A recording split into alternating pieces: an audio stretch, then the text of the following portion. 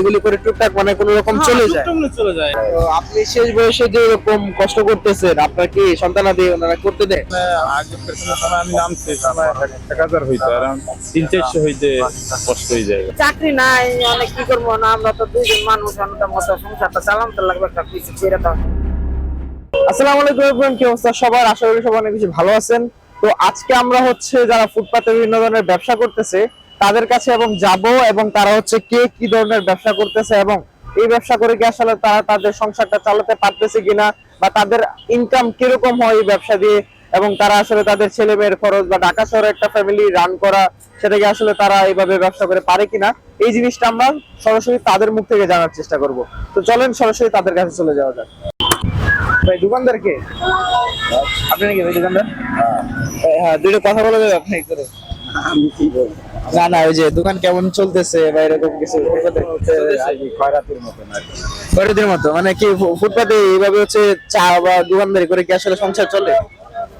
টুকিটা কিভাবে চলে, এখন উপায় নাই, তো চাকরি নাই, কর্মকাজ নাই।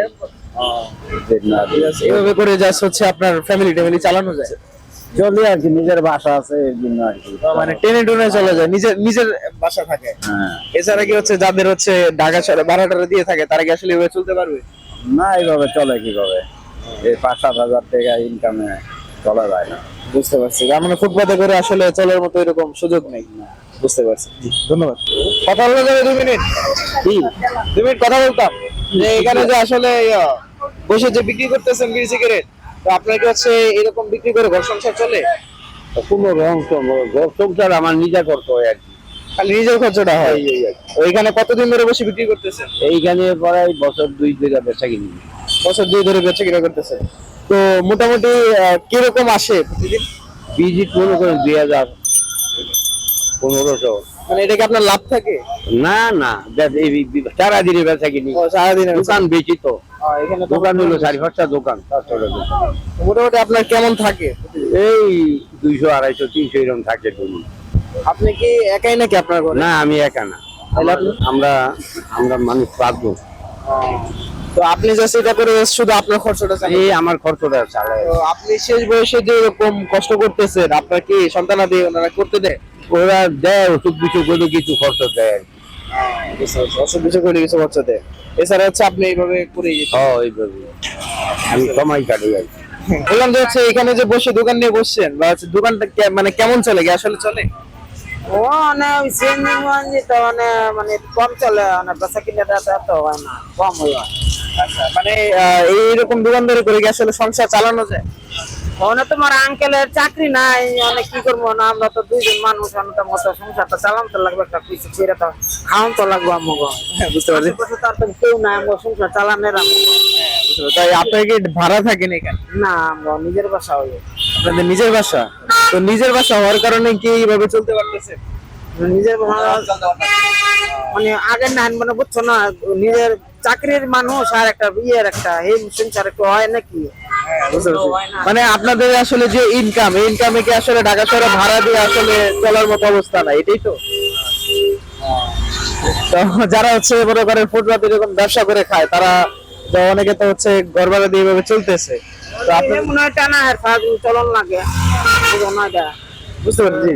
তো আপনি যেহেতু মানে এই পুরো ইউনিভার্সিটির সামনে একা এগুলো বিক্রি করতেছেন, তো আপনার মোটামুটি তো দেখি যে চলে, মোটামুটি চলে। হ্যাঁ চলে।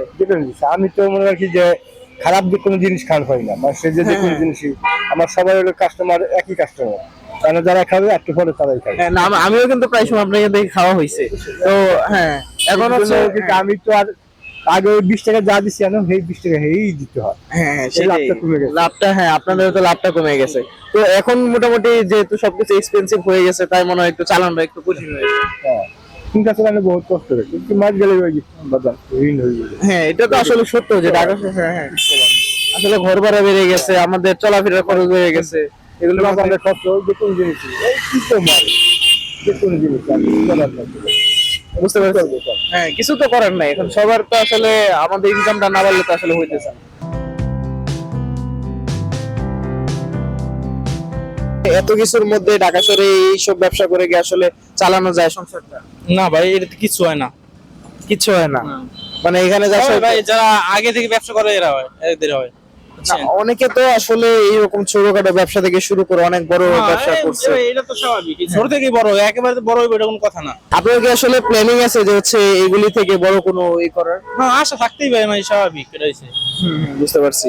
তো আপনি হচ্ছে মোটামুটি বলতেছেন যে এগুলি করে টুকটাক মানে কোনো রকম চলে যায়, চলে যায়, মানে আহামরি লেভেলের কোনো প্রফিট নাই। না না না, প্রফিট আছে, যারা অনেক আগে থেকে ব্যবসা করে এদের আছে, ওদের না হচ্ছে না, পরিচিত লোক আছে, বেচা কিনা বেশি। ধরেন এখান থেকে একদম 5 বছর আগে থেকে বসে তো সবাই চেনে, বুঝলেন না, বেচা কিনা ভালো হইব। হ্যাঁ, এটা আমার কাকার দোকান, তো তাই কাকা আমার এগুলো আইনা দেয়, আমি আর কি এগুলা করি তো। আপনি জাস্ট এখানে করে, তো এখানে সেল আসলে কিরকম হয় এরকম ফুটপাতে? মানে আল্লাহ দিলে ভালোই হয় কাজ। ভালো হয়। তা আপনার কাকার মোটামুটি বিজনেস কিরকম? এই একটা এরা নাকি আরো আছে? কাকার দুইটাই এরকম। এরকম দুইটা। তো মোটামুটি আপনি সারাদিনে ভালোই বেচতে পারেন বলতেছেন। জি তো উনি আপনাকে কি স্যালারি দেয় নাকি হচ্ছে এমনি কোনো জি, স্যালারি দেয়। স্যালারি দেয়? বুঝতে পারছি। তো মোটামুটি আপনার কাকা বলতেছেন যে আপনাদের এই ব্যবসা করে মোটামুটি চলা যায়, তাই তো? জি বর্তমানে আগে ব্যবসা বাণিজ্য ভালো ছিল, বর্তমানে এই যে শীতের কারণে আর কি ব্যবসা বাণিজ্য যে মোড়া মালটা টানে, পাতলা মাল তেমন একটা টানতে চায় না। আর এই প্রথম সময় ব্যবসা শুরু করি আমি ভালোই 3,000-4,000 টাকা আমি বিক্রি করছি। আর এই ঈদের ইন্দিরা মনে করেন ওই যে গাইডের মালগুলো আছে না, সেইগুলো আর কি ভালো চলে মোটামুটি, কিন্তু এটা একটু কম চলে। তো মানে এখন হচ্ছে এগুলি বিক্রি করে আসলে ঘর সংসার চালানোটা খুব টাফ হয়ে যায়। হ্যাঁ, চাপ হয়ে যায় বর্তমানে, ব্যবসা খুবই খারাপ, খুব খারাপ। খুব খারাপ। তো আপনি কি এগুলি সরাসরি গোডাউন থেকে আনেন নাকি কোনো কারো কাছ থেকে সেকেন্ড হ্যান্ড করে এগুলি আনেন? না না, আমি দোকান থেকে আনি ডাইরেক্ট, মানে থেকে আনি, নারায়ণগঞ্জ থেকে আনি। প্রতিদিন কি ওই জায়গা থেকে মাল এনে? প্রতিদিন না, মনে করেন সপ্তাহের ভিতরে যাই, আচ্ছা, সপ্তাহে যাই, তারপরে অনেক সময় বেচা কিনা না হলে 15 দিন পর যাই। মানে মোটামুটি মালগুলি শেষ হয়ে গেলে তারপরে গিয়ে নিয়ে আসে। বুঝতে পারছি।